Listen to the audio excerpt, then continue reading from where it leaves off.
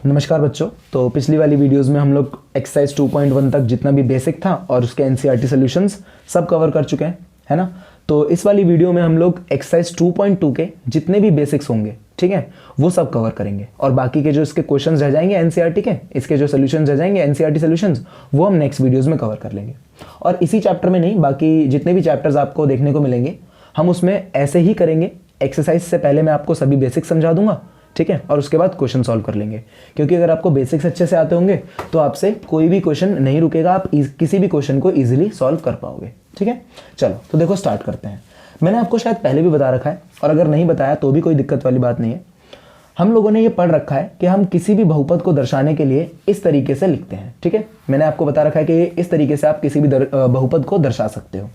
जो चीज़ इस ब्रैकेट में लिखी होती है वही चीज़ बहुपद में चर के स्थान पर भी लिखी जाती है, ये बात भी हमें पता है। जैसे मान लो यहाँ पर x लिखा है तो इसका मतलब क्या है कि जो हमारा बहुपद होगा वो x के रूप में होगा, यानी कि वहाँ पर चर के स्थान पर कौन सा आपका चर मिलेगा आपको देखने को, हर जगह आपको x ही मिलेगा, ठीक है। तो प्लस, जैसे मान लो मैं एक बहुपद ले लेता हूँ और यहाँ पर मैंने लिख लिया ऐसे करके 3x² + 4x + 3।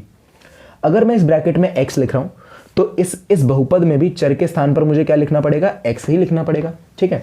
अब मान लो कि मैं यहाँ पर y लिख देता हूँ इस ब्रैकेट में, ठीक है। तो ये चीज़ मैं जो समझा रहा हूँ आपको बहुत ध्यान से समझना है, क्योंकि इसी के ऊपर आपके जो बेसिक हैं, दोनों बेसिक, बहुपद का मान और बहुपद के शून्यक, इसी चीज़ के ऊपर डिपेंड है वो, ठीक है। अगर ये चीज़ अच्छे से आ गई तो फिर आप उनको बहुत अच्छे से कर लोगे, ठीक है। चलो तो देखो, अब अगर मैं मान लो इस ब्रैकेट में y रख दूँ तो मुझे इस बहुपद में चर के स्थान पर क्या रखना पड़ेगा भाई, y रखना पड़ेगा, ठीक है। अभी यहाँ x है, यहाँ x था तो यहाँ भी x, अब यहाँ y आ गया तो यहाँ भी y², ठीक है। अब यहाँ भी x है तो भाई, लेकिन यहाँ तो y है तो 4 के साथ भी मुझे क्या लिखना पड़ेगा, y लिखना पड़ेगा, और +3 तो ऐसे का ऐसा रहेगा। समझ में आया। तो इसके साथ यहाँ पर p के साथ जो ब्रैकेट में जो भी लिखा हो उसी चीज़ को हम बहुपद में चर के स्थान पर रख देते हैं। अब मान लो यहाँ कोई नंबर होता, जैसे मान लो मैं यहाँ पर 3 रख देता हूँ, तो मुझे इस चर के स्थान पर और इस चर के स्थान पर क्या रखना पड़ता, 3 रखना पड़ता। कैसे रखते हैं हम, 3 और यहाँ पर लिख दिया मैंने 3 और इसका स्क्वायर हो रहा है +4 और ब्रैकेट में रख दिया 3 और प्लस में आ गया हमारा 3। समझ में आया आपको, ठीक है। यहाँ पर मैंने 3 रखना था तो मैंने 3 रख दिया। अब मान लो कोई बच्चा कहता है कि सर हम तो इसमें 5 रखना चाहेंगे, ठीक है। तो अगर आप इसमें 5 रखना चाहोगे तो P5, अब यही बहुपद है तो भाई y के स्थान पर, चर के स्थान पर आपको रखना है ना जो यहाँ पर है, तो 5 का स्क्वायर और प्लस में 4 और यहाँ पर आ जाएगा गुणा में 5 और प्लस में 3। ये बात समझ में आई आपको, ठीक है। तो ये बेसिक सा कंसेप्ट है कि जो चीज़ p के साथ ब्रैकेट में रखी जाएगी उसी को हम बहुपद में चर के स्थान पर भी रख देंगे, ठीक है। अब इसी चीज़ के ऊपर आपके जो पहला बेसिक है इस वीडियो का वो बेस्ड है, ठीक है, जिसे हम बोलेंगे बहुपद का मान। बहुपद का मान, अब देखो बहुपद का जो मान है वो मैं आपको डायरेक्टली सॉल्व करके समझाता हूँ कि क्या होता है। देखो, अब जैसे कि हमने ऊपर बात करी कि भाई यहाँ पर जो चीज़ लिखी होगी वही इसमें लिखोगे आप, ठीक है, वही इसमें लिखोगे ना चर के स्थान पर। यहाँ पर जो लिखा है उसी को तो हम यहाँ पर चर के स्थान पर लिख देंगे। यहाँ x लिखा था तो मैंने चर के स्थान पर x लिख दिया, यहाँ चर के स्थान पर, यहाँ पर y लिखा था तो मैंने चर के स्थान पर y लिख दिया, यहाँ 3 आया तो मैंने चर के स्थान पर 3 रख दिया, ठीक है, यहाँ 5 आया तो मैंने चर के स्थान पर 5 रख दिया। अब ज़रा ध्यान से देखो कि यहाँ तक तो ये चीज़ सॉल्व नहीं हो रही थी, क्योंकि भाई इसमें तो चर आ रहे थे, चर का कोई मान भी तो पता होना चाहिए ना हमें। तीसरे वाले में ज़रा आप ध्यान से अगर आप देखोगे तो तीसरे वाले में हमें चर का एक मान पता चलेगा कि भाई मुझे चर के स्थान पर कोई नंबर यूज़ करना है, ठीक है। अब अगर मैं इस नंबर को सॉल्व करूंगा, यानी कि इस पूरी चीज़ को सॉल्व करूंगा, तो मेरा बहुपद का कोई आंसर भी आएगा, है ना। इसको सॉल्व करने के बाद मेरा कोई आंसर भी तो आएगा। जैसे मान लो मैं ऊपर वाले बहुपद को ही, जैसे मान लेते हैं हमारे पास px है 3x² + 4x + 3। अब मैं मान लेता हूँ कि मैंने यहाँ पर x के स्थान पर रख दिया 4, तो x के स्थान पर जब मैं 4 रखूंगा तो मुझे बहुपद में चर के स्थान पर भी 4 रखना पड़ेगा, 4² + 4 और गुणा में यहाँ पर 4 आ गया और प्लस में 3 आ गया, ठीक है। अब ये तो पता है ना आपको कि यहाँ पर 3 और x की गुणा हो रही होगी, 4 और x की गुणा हो रही होगी। ये सब तो बेसिक सी बातें हैं, ये तो हम सबसे फर्स्ट वाली वीडियो में भी कर चुके हैं, ठीक है। अब ज़रा ध्यान से देखो, तो ये हो गया आपका 3 गुणा में 4 का जो स्क्वायर होगा वो कितना हो जाएगा, 16 और प्लस 4 चौक 16 और प्लस में 3, ठीक है। 16 दिया, यहाँ पर आ जाएगा आपका 48, 48 और प्लस में 16 और प्लस में 3, ठीक है। यहाँ तक कोई डाउट है तो आप मेरे से पूछ सकते हो, ठीक है, यहाँ तक तो कोई डाउट नहीं है। अब ज़रा इन दोनों को जोड़ देते हैं तो ये हो जाएगा आपका 64 और 3 कितना आ गया आपका यहाँ से आंसर, 67, ठीक है, 67 आया। अब ये जो आंसर आया हमारा 67 जो आंसर आया है वो इसी बहुपद को सॉल्व करने पर आया है। ठीक है, यानी कि हमें ये पता चला कि जब भी हम बहुपद में चर के स्थान पर कोई भी नंबर रखते हैं, समझे, जब भी हम बहुपद में चर के स्थान पर कोई भी नंबर रखते हैं तो सॉल्व करने के बाद उसका कोई आंसर आता है ना, और इसी आंसर को हम बहुपद का मान बोलते हैं। समझ में आया आपको बहुपद का मान क्या होता है? बहुपद का मान वो आंसर होता है जो इस बहुपद में चर के स्थान पर किसी भी नंबर को रखने पर आ जाए। बात समझ में आई? बहुपद का मान वो आंसर होता है जो इस बहुपद में किसी भी बहुपद में चर के स्थान पर किसी भी नंबर को रखने पर आ जाता है। समझ में आया? मैंने चर के स्थान पर 4 रख दिया, ठीक है, चर के स्थान पर जहां जहां था मैंने वहां 4 रख दिया, और इन सबको सॉल्व करने के बाद जो मेरा आंसर आया 67, ये मेरा आंसर क्या है? ये इसी आंसर को हम क्या बोलेंगे? बहुपद का मान। लेकिन आपको ये बात ध्यान रखनी है कि अगर आप इस चर का मान बदलते रहोगे, यानी कि चर के स्थान पर अलग अलग नंबर पुट करते रहोगे, अलग अलग नंबर डालते रहोगे, तो जो बहुपद का आंसर होगा, जो सॉल्व होकर आंसर आएगा, वो बदलता रहेगा। जैसे एग्जाम्पल के लिए समझो, मान लो मैं यहाँ पर 2 डाल देता हूँ इसी बहुपद में, तो ये क्या बन जाएगा? 3। यहाँ हो गया 2 का स्क्वायर प्लस 4 मल्टीप्लाई 2 और प्लस में 3। ठीक है, 2 का स्क्वायर कितना होता है? 4, तो 3 इंटू 4 और प्लस में 4 2 कितना हो गया? 8 और प्लस में 3 आ गया यहाँ पर, तो 12 और 8 20 और 3 23 हो गया। 3 चौक 12 और 8 20 और 3 23 हो गया ना। तो अब देखो, जैसे ही मैंने यहाँ पर चर का मान बदल दिया, जैसे ही मैंने चर के स्थान पर कोई दूसरा नंबर डाल दिया, वैसे ही इस बहुपद का मान भी बदल गया। ठीक है, तो इसी वजह से हम यहाँ पर लिखने का तरीका बदल देते हैं। हम कहते हैं कि x बराबर 4 पर जो भी आप नंबर डालोगे, ठीक है, जो भी आप इसमें नंबर डालोगे, उसके ऊपर आपका हर नंबर के ऊपर मान अलग अलग आएगा ना। मतलब अगर आपने यहाँ पर कोई नंबर डाला है, जैसे मान लो आपने 5 डाल दिया, तो 5 पर मान अलग आएगा, 6 पर मान अलग आएगा, 7 पर अलग आएगा। ठीक है, तो इसको ऐसे लिखा जाता है कि x बराबर 4 पर बहुपद का मान 67 है। समझे? यहाँ पर हम क्या बोलेंगे? x बराबर 2 पर बहुपद का मान कितना आया हमारा? 23 आया है। बोलो, समझ में आ गया अच्छे से? यहाँ तक किसी को कोई परेशानी, दिक्कत? ठीक है, तो किसी भी एक मतलब चर के किसी भी एक पर्टिकुलर वैल्यू पर, यानी कि वेरिएबल जो है हमारा, जो चर है हमारा, उसके किसी भी एक मान पर सॉल्व करने पर आंसर हमेशा अलग अलग आता है। ठीक है, इसी वजह से हम उसको उसके साथ लिखते हैं। ठीक है, अब जैसे देखो यही क्वेश्चन है, मैं आपसे पूछूं कि x बराबर, मैं आपको बता रहा हूं अब क्वेश्चन कैसे आएगा। ठीक है, अब मैं आपको बता रहा हूं कि क्वेश्चन कैसे आएगा। आपसे बोला जाएगा x बराबर 0 पर इस बहुपद का जो हमारा px है, इस बहुपद का मान ज्ञात कीजिए। x बराबर 0 पर करना है, तो सबसे पहली बात आप क्या करोगे? इस ब्रैकेट में 0 पुट कर दोगे। भाई x बराबर मुझे क्या रखना है? 0 रखना है। x बराबर 0 पर मुझे इस बहुपद का मान निकालना है, तो मैं क्या करूंगा? इस पूरे बहुपद में चर के स्थान पर 0 रख दूंगा, यानी कि 3, 0 का स्क्वायर प्लस 4 गुणा में 0 और प्लस में 3। यहाँ पर 0, तो ये वैल्यू तो पूरी 0 हो गई, प्लस 0, ये 4 इंटू 0 करोगे तो 0 हो जाएगा, और प्लस में 3। तो आंसर क्या आ गया हमारा? 3। तो इसका मतलब ये हुआ कि x बराबर 0 पर जो इस बहुपद का मान है वो कितना है? 3 है। ठीक है, समझ में आया? अब आप NCERT एक्सरसाइज 2.2 का पहला क्वेश्चन बहुत आसानी से सॉल्व कर सकते हो। ठीक है, बहुत आसानी से सॉल्व कर सकते हो। वहां पर आपको सारे मान दे रखे हैं, वहां पर आपको वैल्यू पुट कर देनी है। क्लियर हुआ यहाँ तक? आपको समझ में आ गया ना कैसे हमने किया? जो भी चीज़ इस ब्रैकेट के अंदर दी जाएगी आपको, या जो भी आपको चर का मान दिया जाएगा, जो भी बोले ना x बराबर 2, x बराबर 6, किसी पर भी बोले यार, उस पर आपको बस उस चीज़ को आपको बस इस बहुपद में चर के स्थान पर रख देना है। बात समझ में आई है? अच्छे से क्लियर हो गया? पक्का समझ में आ गया ना? ठीक है, अब ज़रा ध्यान से समझना है सेकंड वाला जो हमारा बेसिक है इस वीडियो का, और सेकंड वाला हमारा बेसिक है जिसको हम बोलेंगे बहुपद के शून्यक। ठीक है, बहुपद के शून्यक। अब देखो, जैसा इसका नाम से पता चल रहा है कि इसमें कुछ ना कुछ आंसर हमारा शून्य आने वाला है। ठीक है, इसके नाम से पता चल रहा है ना कि कुछ ना कुछ आंसर आपका शून्य आने वाला है।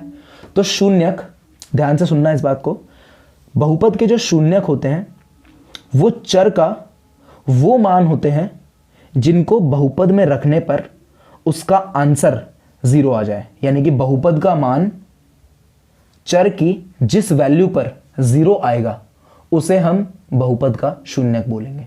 चलो, मैंने मान लिया आपको ये बात समझ में नहीं आई, मैं आपको इसको एक क्वेश्चन से समझाता हूं। जैसे मान लो मेरे पास एक क्वेश्चन है 2x + 4।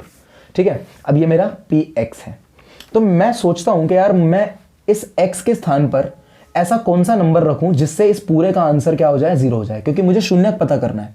शून्यक इस चर का, इसी x का कोई ना कोई मान होगा, यानी कि हम इसी x पर कोई ना कोई नंबर रखेंगे, ठीक है। और अगर हम उस नंबर को यहां पर रखेंगे, x को, मतलब x की जगह पर उस नंबर को जब हम यहां पर रखेंगे तो इस पूरे का जो आंसर आएगा ना सॉल्व होकर, वो 0 आ जाएगा, ठीक है। तो शून्यक चर का वो मान होता है जिस पर इस पूरे बहुपद का आंसर सॉल्व होकर 0 आ जाए, ठीक है। अब जरा देखो ध्यान से, भाई ये नंबर प्लस का है, ये नंबर प्लस का है, तो मुझे इस नंबर को माइनस का रखना पड़ेगा, तभी तो कट पिट के 0 आएगा ना आंसर, तभी तो प्लस माइनस होकर 0 आएगा। अगर मैं इस नंबर को प्लस का रख देता हूँ, जैसे देखो मैं साइड में सॉल्व करके दिखा देता हूँ आपको। यहाँ पर अगर मान लो मैंने इस x के स्थान पर 1 रख दिया, ठीक है, तो ये हो जाएगा 2 × 1 + 4, कितना आ गया आंसर, भाई ये तो बढ़ जाएगा ना आंसर, देखो 2 और 6, 2 और 4 कितना हो गया, 6 हो गया ना। अगर मैं यहाँ पर माइनस का नंबर रखता हूँ, मुझे क्योंकि इस पूरे का आंसर लाना है 0, इस पूरे को सॉल्व करके आंसर लाना है 0, तो मुझे यहाँ पर माइनस के नंबर ही रखने पड़ेंगे। अगर मैं यहाँ पर यहाँ पर x के स्थान पर -1 रख के देखता हूँ, चलो यहाँ सॉल्व कर लेते हैं। हम कहते हैं कि भाई आप एक बार -1 को रख के देखो। जब हम यहाँ -1 रखेंगे तो चर के स्थान पर भी -1, तो 2 -1 और +4, ठीक है, ये कितना आ गया, -2 और +4, आंसर कितना आया, प्लस का 2। भाई माइनस प्लस माइनस, 4 में से 2 गया तो 2 ही बचा। यहाँ तक समझ में आ गया आप लोगों को, यहाँ तक कोई परेशानी, ठीक है। अब मैंने p की जगह पर, मतलब x की जगह पर -1 तो रख के देख लिया, भाई इसका आंसर तो 0 आया ही नहीं। हाँ, लेकिन ये बहुपद का मान है, आप इसको बहुपद का मान कह सकते हो। x बराबर -1 पर, x बराबर -1 पर इस बहुपद का मान कितना है, 2 है, समझे। अब हम बात करते हैं x बराबर -2 की। मैं कहता हूं कि आप x बराबर -2 पर एक बार चेक करो, ठीक है। हमने एक बार x बराबर -1 पे चेक कर लिया, अब एक बार x बराबर -2 पे चेक करके देखते हैं। तो भाई जब हम x बराबर -2 रखेंगे तो ये कितना हो जाएगा, -2 गुणा में -2 और प्लस में 4, आंसर कितना आया यहाँ से, -4 और +4, +4, ठीक है, +4 आ गया। Minus minus plus, minus plus, यार मैं क्या बोल रहा हूँ, सॉरी, देखो माइनस प्लस माइनस, तो ये क्या हो जाएगा, ये इससे कट जाएगा, यानी कि 0, या ऐसे कह लो कि 4 में से 4 घट गया, है ना। तो 4 में से 4 को जब आप माइनस करोगे तो आंसर क्या आ गया, 0 आ गया। समझ में आई बात। तो इस बहुपद का मान चर के जिस मान पर, चर के स्थान पर जो नंबर रखने पर 0 बन जाए, उस ही वैल्यू को हम क्या बोलेंगे, शून्यक बोलेंगे। अब बोलो शून्यक क्लियर हुआ है या नहीं हुआ है, ठीक है। शून्यक अच्छे से क्लियर हुआ है या नहीं हुआ है। शून्यक चर का, हमने देखो, हमने चर के स्थान पर कौन सी वैल्यू रखी, हमने चर के स्थान पर रखा भाई -2। अब जब हमने चर के स्थान पर -2 रख दिया तो हमारा आंसर सॉल्व होकर क्या आ गया, 0 आ गया। बहुपद का आंसर सॉल्व होकर क्या आ गया, 0 आ गया ना, बहुपद का मान 0 हो गया। तो ऐसे ही वैल्यूज को, इस -2 को ही हम क्या बोलेंगे, इस बहुपद का शून्यक बोलेंगे। बात क्लियर हुई अच्छे से, पक्का समझ में आया है आप लोगों को। जैसे चलो अगर नहीं समझ में आया तो एक और क्वेश्चन ले लेते हैं, ठीक है, एक और क्वेश्चन ले लेते हैं। मैं एक और क्वेश्चन दे देता हूं आपको, जैसे px, और इस बार ले लेते हैं 3x - 6। मैंने ये नंबर ले लिया भाई, 3x - 6 मैंने ये लिख लिया। अब मुझे इस x के स्थान पर, क्योंकि शून्यक क्या होता है, x का मान या किसी भी चर का मान, है ना, तो मुझे इस x के स्थान पर कोई ना कोई नंबर रखना है, ठीक है, इतनी बात क्लियर। इस x के स्थान पर कोई ना कोई नंबर रखना है, और उस नंबर को रखने पर अगर इस पूरे बहुपद का आंसर 0 आ जाएगा तो मैं उसी नंबर को इस बहुपद का शून्यक बोल दूंगा। पहले हम बात करते हैं कि भाई आप इस बहुपद का मान चेक करो। अब देखो ये नंबर माइनस का है, तो यानी कि यहाँ पर मैं पॉजिटिव रख सकता हूँ, है ना। अगर मैंने यहाँ पर भी माइनस रख दिया तो माइनस माइनस प्लस होके वो आंसर कुछ और आ जाएगा, क्लियर ना। तो यहाँ पर मैंने पॉजिटिव नंबर रख दिया, प्लस का नंबर रख दिया। तो अगर मैंने 3, यहाँ पर हम लिखेंगे p1 बराबर, इसकी जगह पर हमने 1 लिख दिया और माइनस आ गया 6। देखो ये कितना हो गया, 3, ठीक है, -6, आंसर कितना आ गया, -3 आ गया। यहां तक बात क्लियर हुई आपको, ठीक है। इसका मतलब ये हुआ कि भाई इस बहुपद में x की जगह पर 1 को रखने पर तो मेरा आंसर 0 आ नहीं रहा, तो ये जो 1 है, ये जो x बराबर 1 है, ये इसका शून्यक हुआ ही नहीं, क्लियर। तो अब जरा इसकी जगह पर 2 रख के देख लेते हैं। हमने कहा कि हम एक बार 2 रख के देख लेते हैं, तो p 2 हो गया। मैंने x के बराबर, x की जगह पर क्या रख दिया, 2 रख दिया, तो 3 गुणा में 2 और -6, यहां से क्या आया, 6 - 6, है ना। तो इसका आंसर क्या आ गया, 0 आ गया। तो भाई मैंने x के स्थान पर कौन सा नंबर रखा जिससे इसका आंसर 0 आया, 2 ही तो रखा था। तो इसी 2 को हम क्या बोलेंगे, इस बहुपद का शून्यक बोलेंगे। समझ में आया है आपको कि इस बहुपद का शून्यक क्या होता है, ठीक है। बहुपद का शून्यक निकालते कैसे वो भी मैं आपको समझा दूंगा अभी, ठीक है। ये तो हम सिर्फ एक अंदाजा लगा रहे हैं ना कि ऐसे ही निकाला होगा हमने, मतलब आपको मैं हर एक वैल्यू के लिए सॉल्व करता दिखा रहा हूँ ना। आप एग्जाम में हर एक वैल्यू के लिए थोड़ी ना सॉल्व करते रहोगे, आप 3 4 5 के कब तक करते रहोगे, है ना। तो सिर्फ एक निकालने का डायरेक्ट तरीका होता है, वो भी हम सीखेंगे। पहले ये बताओ कि आप लोगों को इतनी बात समझ में आ गई ना कि शून्यक क्या होता है, ठीक है। शून्यक चर का वो मान होता है जिसको बहुपद में रखने पर उसका आंसर क्या आ जाए, 0 आ जाए। चर का वो मान जिसे बहुपद में रखने पर बहुपद का आंसर सॉल्व करने के बाद क्या आ जाए, 0 हो जाए, उसको हम क्या बोलते हैं, शून्यक बोलते हैं। समझ में आ गया आपको, ठीक है। अब एक बहुत ही ज़रूरी बात जो आपको 10th में भी बहुत ज़्यादा काम आएगी, बहुत ही ज़रूरी बात, जितनी उस बहुपद की घात होती है, घात हम पहले भी पढ़ चुके हैं कि घात क्या होती है, वो मैं आपको बता चुका हूँ, पिछली वाली वीडियो से आप देख सकते हो। जितनी उस बहुपद की घात होती है उतने ही उसके शून्यक भी होते हैं, ठीक है। देखो ये मैं बराबर लिख रहा हूँ, यानी कि मैं बराबर का साइन हटा देता हूँ यार, छोड़ो। जितनी घात होगी उतने ही उसके शून्यक भी होंगे, यानी कि अगर किसी भी बहुपद की घात 1 है तो उसके शून्यक कितने होंगे, केवल 1 शून्यक होगा। समझ में आया। अगर किसी भी बहुपद की घात 2 है तो उसके शून्यक भी 2 होंगे, ये बात ध्यान रखना। अब देखो जैसे ऊपर वाला क्वेश्चन आप देखो, ये वाला क्वेश्चन देखो, इसमें बहुपद की घात कितनी है, सिर्फ 1 है, केवल 1 है। तो इसमें इसका आंसर कितना आ रहा है, 2 ही तो आ रहा है। अगर आप यहाँ पर x की जगह पर कोई और नंबर रखोगे ना, 0 आएगा ही नहीं।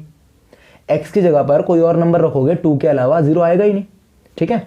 तो जितने भी रैखिक बहुपद आपको देखने को मिलेंगे, रैखिक बहुपद समझते हो ना, जिसमें जो चर है उसकी घात 1 हो, तो जितने भी रैखिक बहुपद मिलेंगे सबके अंदर, अब क्योंकि रैखिक बहुपद की जो घात होती है वो कितनी होती है, 1, तो सबके शून्यक कितने मिलेंगे आपको, केवल 1 शून्यक मिलेगा। बात क्लियर हो रही है अच्छे से, ठीक है। अब अगर मान लो ये द्विघाती समीकरण होता है या द्विघाती शून्यक होता है, सॉरी माफ कीजिएगा, द्विघाती बहुपद होता है ये, ठीक है। तो द्विघाती बहुपद में जो घात होती है वो 2 होती है भाई, है ना, तो उसके शून्यक भी कितने हो जाएंगे, 2 हो जाएंगे। अगर त्रिघाती होता तो 3, अगर उसकी घात 4 होती तो उसके 4 शून्यक होते। बात क्लियर हुई है अच्छे से। जितने उसकी घात होती है, जितनी उसकी घात होती है उतने ही उसके शून्यक भी होते हैं। बताओ यहाँ तक कोई डाउट है तो मेरे से आप पूछ सकते हो। ये दोनों बेसिक चीज़ें थी जो हमें इसमें यूज़ करनी है, ठीक है। अब बस एक और चीज़ करेंगे कि इस बहुपद के शून्यक को निकाला कैसे जाता है, हम निकालेंगे कैसे भाई। तो देखो जो आपके बहुपद होते हैं ना, जैसे आप रैखिक बहुपदों के तो शून्यक बहुत आसानी से निकाल सकते हो। जो रैखिक बहुपद है, जैसे मान लो मेरे पास एक बहुपद लिखा है 2x प्लस 4 कर देते हैं इस बार, ये मेरा बहुपद है और मुझे इस बहुपद का शून्यक निकाल के बताना है। तो क्या मैं यहाँ पर बार बार लिखता ही रहूँगा कि भाई मैं x की जगह पर -1 डाल के देख रहा हूँ, फिर -2, फिर -3? नहीं, ऐसा नहीं करना होता आपको। जिस भी बहुपद का आपको शून्यक निकालना है, रैखिक की बात हो रही है, अभी ध्यान रखना, रैखिक की बात हो रही है, ठीक है। जो द्विघाती होते हैं उनको हम दूसरे तरीके से निकालते हैं, ठीक है। रैखिक की बात कर रहा हूँ मैं आपको सिर्फ। जिस भी रैखिक समीकरण का या रैखिक बहुपद का आपको शून्यक निकालना हो, उस रैखिक बहुपद को आप शून्य के बराबर रख दो। क्या बोला मैंने, जिस भी रैखिक बहुपद का आपको शून्यक निकालना है उसी को आप 0 के बराबर रख दो भाई, ठीक है। मेरा कहने का मतलब है कि आप px को उठाओ और इसका आंसर कर दो 0 डायरेक्ट। तो px का मान क्या है भाई, 2x प्लस 4, तो 2x प्लस 4 किसके बराबर कर दिया मैंने, 0 के बराबर कर दिया। जिसका भी शून्यक निकालना है उसी को आप 0 के बराबर रख दो। अब ये 4 इधर जाएगा, 2x बराबर, अब देखो ये 4 इधर प्लस का है, उधर जाके माइनस हो जाएगा। ये 2 यहाँ पर गुणा हो रहा है, वहाँ जाके भाग, यानी कि नीचे चला जाएगा, क्रॉस मल्टीप्लाई। आंसर कितना आ गया, देखो कितना आंसर आया, -2 आया। यानी कि इस बहुपद का शून्यक कितना है, x बराबर -2 है। अगर आपको यकीन नहीं हो रहा है इस बात पर तो हम इसको जरा पुट करके देख लेते हैं, इसमें x बराबर -2 इस बहुपद में डाल के देख लेते हैं। हमारा बहुपद क्या था, हमारा बहुपद था 2x प्लस 4, ठीक है। हमारा बहुपद है 2x प्लस 4, px है हमारा 2x प्लस 4। हमारे x की जगह पर क्या रख के देखना है मुझे, p, यहाँ पर मैं लिख देता हूँ x बराबर -2। अगर मैं इस बहुपद में -2 रख देता हूँ तो -2 और यहाँ पर प्लस का 4, देखो 2 2 × 4, ठीक है, 2 दूनी 4, तो माइनस का 4 और प्लस का 4, माइनस प्लस माइनस, ये तो माइनस ही हो जाएगा डायरेक्टली, ठीक है। तो आंसर कितना आ जाएगा, 0 आ जाएगा। तो समझ में आ गया कैसे बहुपद हमने उसका शून्यक हमने निकाला, क्लियर हो रहा है ना। तो शून्यक निकालने के लिए जो भी आपका बहुपद है, लेकिन ये सिर्फ रैखिक बहुपदों के लिए होता है, ध्यान रखना, ये सिर्फ रैखिक बहुपदों के लिए होता है, ओके। और जो आपके क्या नाम, जो आपके मतलब जो द्विघाती और त्रिघाती होते हैं उनके लिए तरीका अलग होता है, ठीक है, वो हम आगे पढ़ेंगे। लेकिन अभी आपको इतनी बातें समझ में आई हैं, यही आपका 2.2 का बेसिक है सारा। अगर आपको ये सारी चीज़ें अच्छे से समझ में आ गई हैं तो आपसे 2.2 का एक भी क्वेश्चन नहीं रुकेगा, ठीक है। एक भी क्वेश्चन बोल रहा हूँ मैं, एक भी क्वेश्चन नहीं रुकेगा, ठीक है।